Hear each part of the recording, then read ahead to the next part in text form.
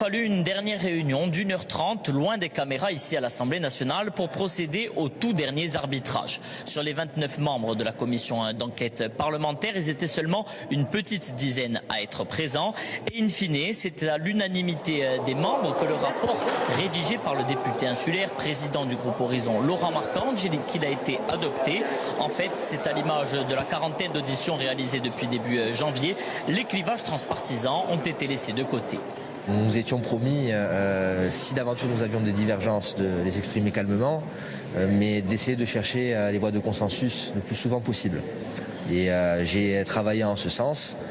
Donc je suis très satisfait parce que j'aime bien réussir à y trouver des consensus, même sur des sujets délicats. Il était important aujourd'hui de mettre des mots sur ces dysfonctionnements pour essayer d'améliorer la situation, mais effectivement l'ensemble des points est pertinent.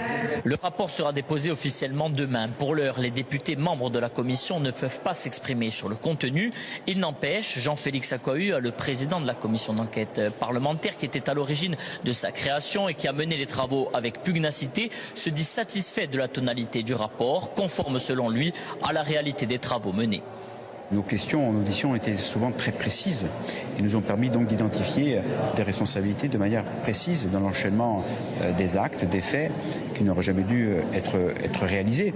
Donc évidemment que l'ensemble des responsabilités vont au-delà de la question de l'administration pénitentiaire, mais encore une fois, c'est en regardant le rapport dans le détail et dans son constat et dans ses recommandations pour l'avenir et dans ce que ça ouvre comme champ d'interrogation à purger encore dans l'enquête judiciaire que on comprendra ce qu'a été cette brique de contribution sur le chemin de la justice et la vérité. Pour découvrir le rapport, il faudra patienter jusqu'à mardi prochain. Il sera rendu public ici à l'Assemblée nationale lors d'une conférence de presse.